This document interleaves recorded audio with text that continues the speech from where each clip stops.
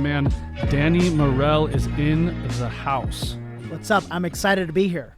So, we have a very special guest for a lot of reasons, but one, he has not just built a real estate movement and a real estate, he's got a very specific skill set, and it starts between his ears. And it's a lot of the stuff that I talk about, mindset and shifting your mindset to believe what is possible from very humble beginnings. Yeah. And I talk about this stuff a lot. Like how did you get from where you were to where you are with all the different pitfalls that just kind of happen? And so many people get stuck with the first part of the first slap in the face. You stop. Yeah, that's a great question. By the way, I'm excited to be here with you, with your audience. I admire what you've done. I love the title of the book because that really should be everybody's goal. And then they should add a 0 to it, right? Agreed. I'll tell you, people ask me that all the time. Like, how did this whole thing happen? How did you go from, parents getting a divorce, being moved here from New York City to California, to a brand new area, being on welfare, and then, doing now, quite okay. And I'm sure we're going to talk about that. And Andy, if I can, let's just hop on into it. I think it's the power of unacceptable. And here's what I mean by that.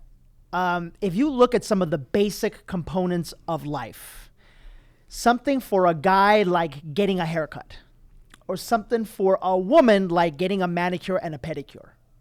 What causes us to take action, right, is a vision of what we want our hair to look like, and a vision of how the ladies want their nails and their toes to look like, right?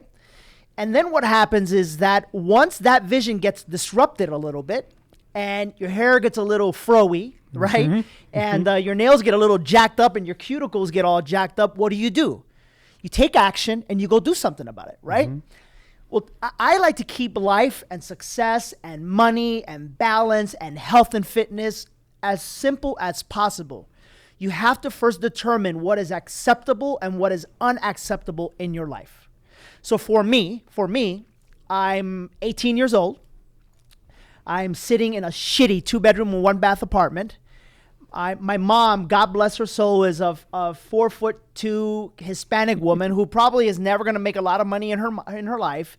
And I'm sitting there watching Beverly Hills 90210, right? And I see all the characters and they're driving beautiful cars and living in beautiful houses. And here I am literally on the worst street in Rialto, California, surrounded by drugs and gangs and all this stuff. And I said, you know what? For the first time, I said, this shit is unacceptable. It's unacceptable. And then I looked around and I looked at what everybody else was doing and what everybody else said to do. And everybody else said, go get a job. And everybody else said, go be secure. And everybody else said, don't risk. And everybody else said, don't dream that big. Honest to God, man, if I keep it as simple as possible, the thought of doing what everybody else did was unacceptable to me. I wanted something greater. I had a bigger vision. I decided what I wanted. I set a crazy goal to buy my first home by the time I was 21 years old. And we made it happen, and that's what started everything. It is so similar to my story. And you guys have heard this over and over again. And a lot of people that have been here, like very successful people, don't just show up successful. It's the millions and millions of decisions of what is my non-negotiable. And for me, it's very similar to Danny's. I have a non-negotiable that's here's what I do every morning. Every morning, the first thing I do, I go into a 10-minute meditation. I create space and I pause my day. Yeah. And then I sit in gratitude for 5 minutes for the blessings that I've got and just what I'm trying to do and build and accomplish. Yeah.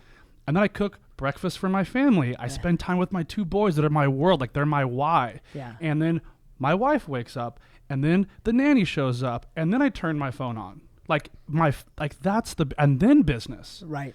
But it's exactly like he said, what is unacceptable? And for me, it's what are my non-negotiables right. to get me to get you to where you to want. that next level? Yeah. My parents split when I was 4 years old, wrecked everything. We were super poor, and my mom and myself and my brother lived in a tiny little studio in the hood in Long Beach, and we lived out of a cooler.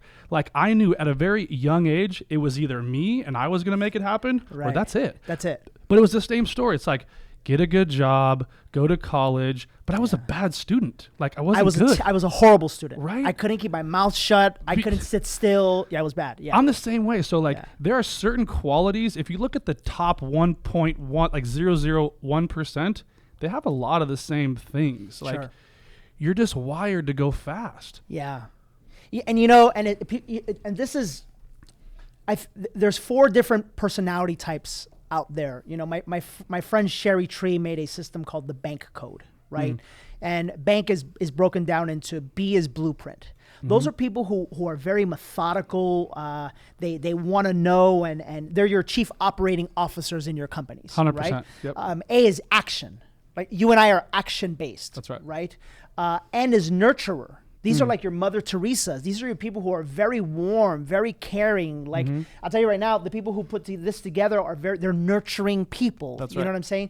And then K are knowledge-based people. These are your like rocket scientists. They want to know and study everything, right? And so I want to be careful to make sure that everybody that is listening understands you don't have to be an action-based personality type person to be successful. That's right. If you look all around planet Earth, there's plenty of B's that are highly successful. There's plenty of N's that are highly successful. There's plenty of K's that are highly successful. It's just finding out what your non-negotiables are, really examining and having a vision for your life, and then applying whatever it is that you feel you're strong at, and you're going 100% with that. You know what I'm saying? 100%. Yeah, that's what it is. And so if you're strong at making furniture, go be the best damn furniture maker you can be. That's right. If you're strong at being a pilot, go start NetJets. You know what I'm saying? Right. If you're strong at cooking, go open like Javier's in Newport Beach. That's right. These are individuals that just said, I want to build a wealthy life. I want to provide the most I can for my family. And based off of my personal gifts, strengths, and talents, here's the direction I'm going to go in.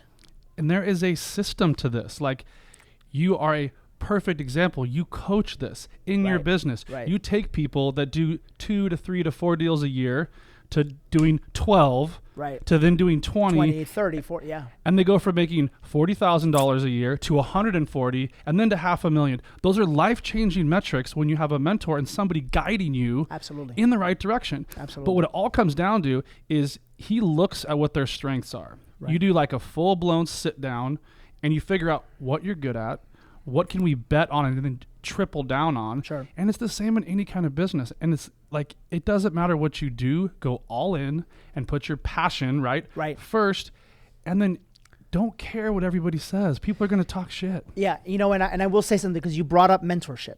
Like I wouldn't be here today without mentorship. As a matter of fact, I'll tell you right now, I've got 3 to 4 paid coaches in my life at all times. I do not do. Can I mention Nick? Yeah, yeah, for sure. Nick, I literally walked in. I saw his operation. Right? This is how my brain works. I do not believe in doing anything without a coach. Of course. Because why the fuck would I waste my time trying to figure out something that somebody else already did? That is called asinine stupidity is what that is. And so many people out there try to figure it out on their own for one reason and one reason only, and that's to save money. And for me, I don't care about the money. I'm the opposite. I will invest the money. So Nick has a beautiful call center here, right? And I am about to develop one. What did I say, Nick?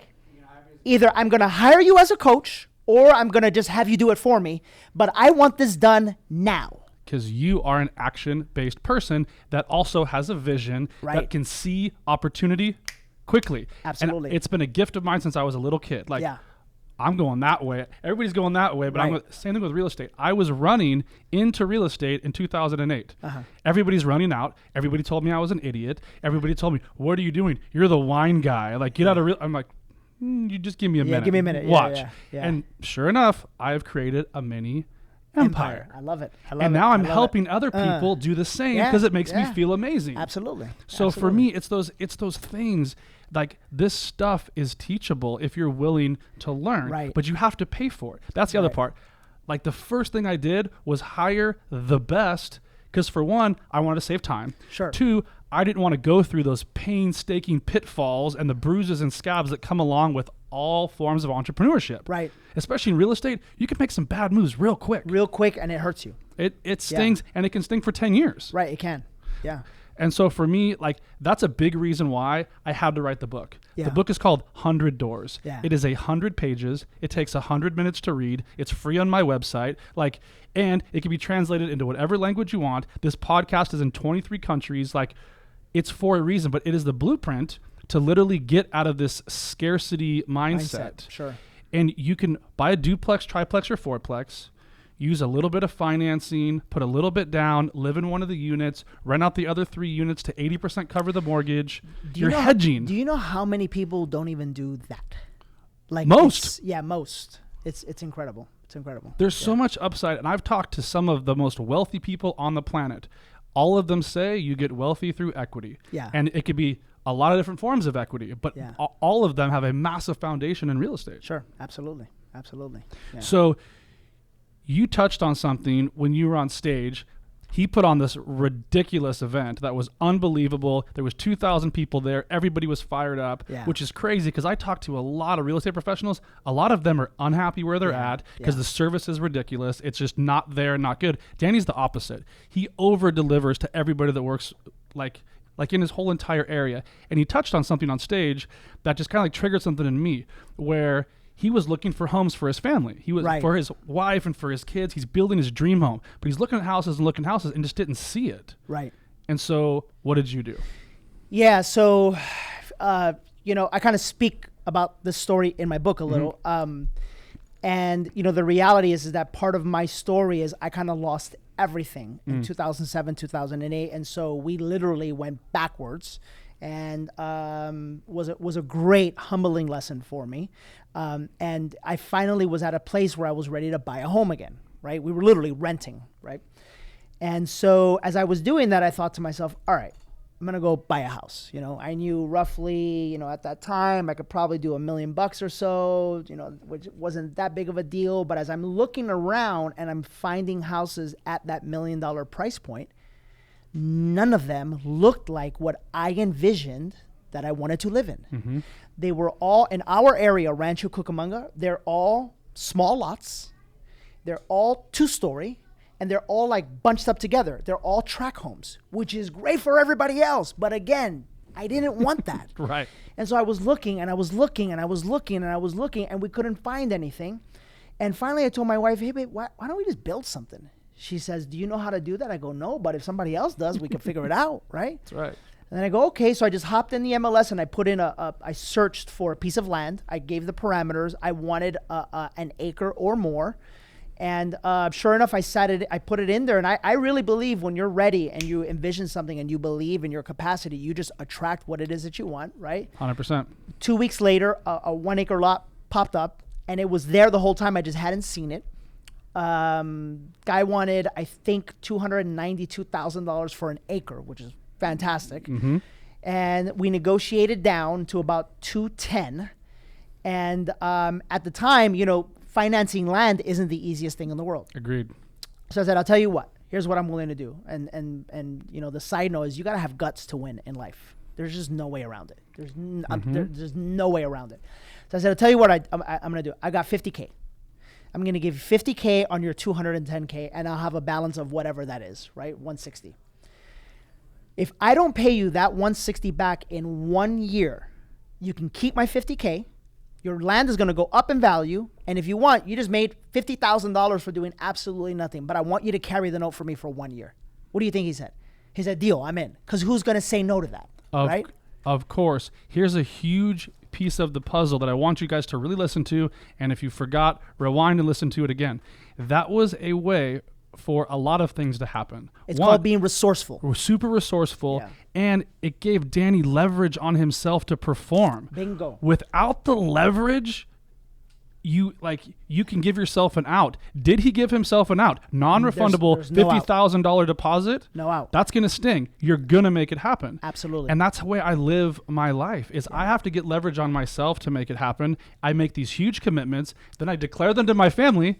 and I make it then happen. You better figure it out. You better make it happen. That's right. Absolutely. And so, sure enough, it didn't take me a year. It took me 6 months, and we built our dream home. I don't even know. It's incredible. It's because he was willing to look outside of the box and not do the norm. And he's in real estate. Right. Like so many people that listen to this podcast are slowly starting to figure out, like, wait a minute, I can actually be an investor. Right. I've been wearing a name tag for 4 years now. I speak this language. Right. I can be a wholesaler. Sure. I can do things. I can get these deals, and maybe some deal that was going to be a listing, maybe it turns out to be your dream home because you worked out some financing. Right. You worked some stuff out with the lenders. Like, once you get deep into this real estate space, you can do a lot if you're creative and willing to.